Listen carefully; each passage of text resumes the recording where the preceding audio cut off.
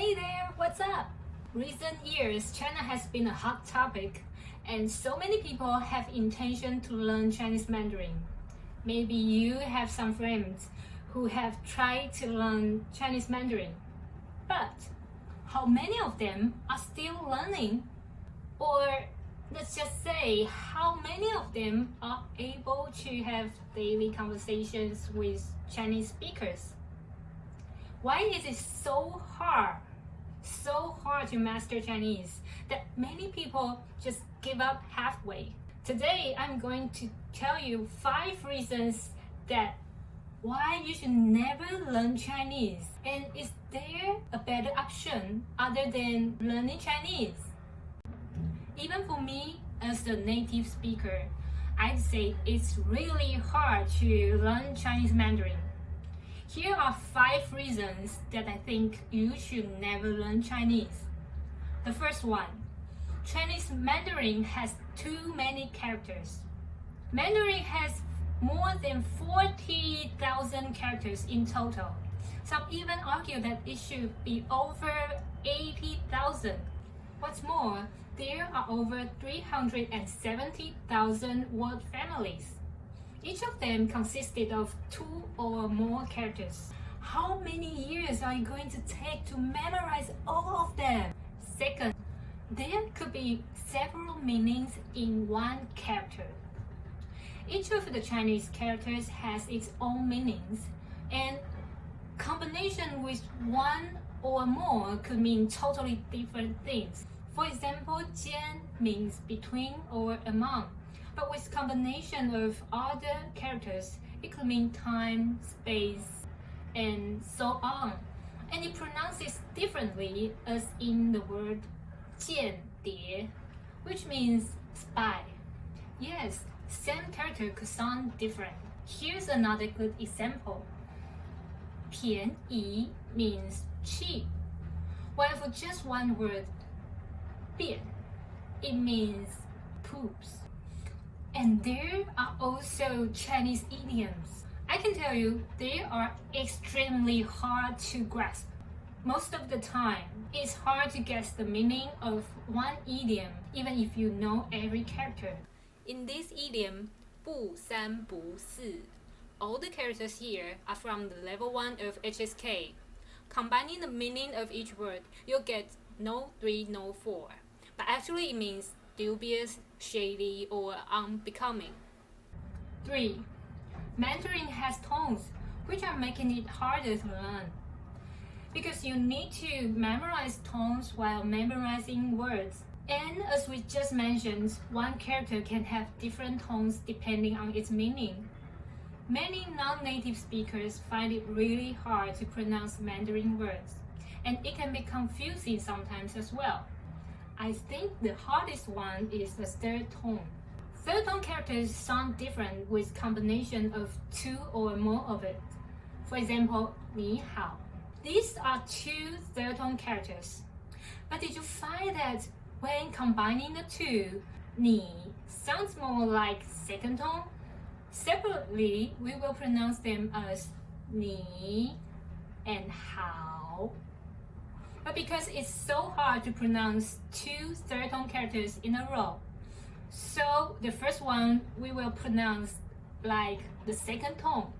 But if you are asked to mark the tones of 你好, say in a test, you need to fill in the answers with third tone for both characters. 4. Cultural differences.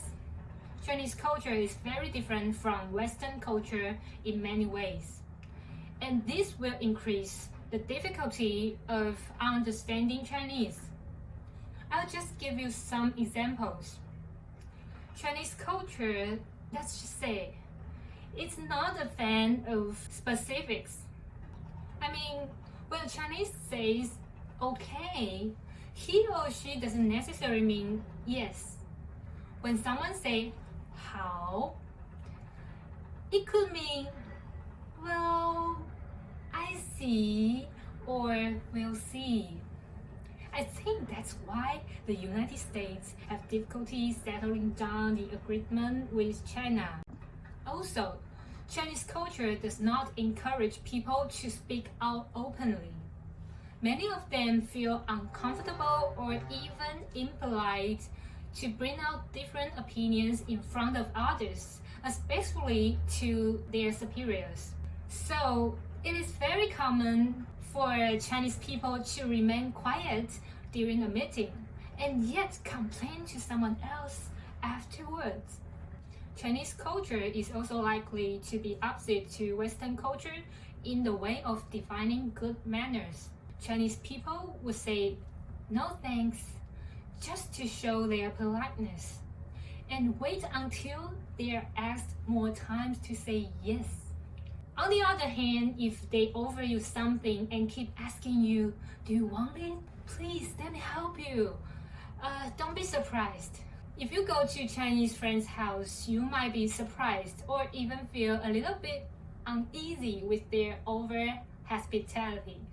They are very likely to stop you from helping yourself or help them because it will mean they are being lousy hosts. 5. Good Mandarin teachers are hard to find. To be honest, Chinese people are not so good at being creative. I once checked on some educational website to see how Mandarin courses are like. It was stunning to see how these courses were conducted. In some courses, the teachers spoke extremely slowly, like this. Hello everyone, I am Teacher Ling. 你好. Repeat after me. 你好. I must say, it was kind of like they were made for toddlers. I can't see why people can watch through the whole video. So these are 5 reasons that I think why it's hard to learn Chinese Mandarin. And I'm guessing you'd say, what is your advice? My advice is, don't learn Mandarin. Just pick it up. Okay, I'm serious. For you who really want to learn Chinese Mandarin, I can break it down into 4 tips. 1. Try to expose yourself to Chinese culture and discover the fun of it. Although, in my opinion, it is extremely hard for a non-native speaker to learn Mandarin, you can still pick up daily conversations and useful words and become fluent in speaking Mandarin. Stay curious and enjoy learning Chinese culture. If you find the fun of it, it will keep you going and will help you to let go of all kinds of frustrations that you may encounter. Pick up some topics that you are interested in, for example, travel or food. Try to use Mandarin as much as possible. If you're traveling to China or Taiwan, try to talk with the locals using some phrases you learn. It will give you a sense of achievement and bring you unforgettable experience during your journey. If you have friends that speak Mandarin, try using some phrases or sentences that you learn when talking to them. They can give you some feedback so that you will know if you use them correctly. 2. Don't rush yourself into reading or writing. Start with listening and speaking. Toddlers pick up their mother tongue from listening and speaking. They don't learn reading or writing in the beginning. Same thing here. If you rush into reading or writing, it is very likely that you get frustrated. Does it mean reading and writing are not important at all? Is it impossible for a non-native speaker to master reading and writing in Chinese? Of course not.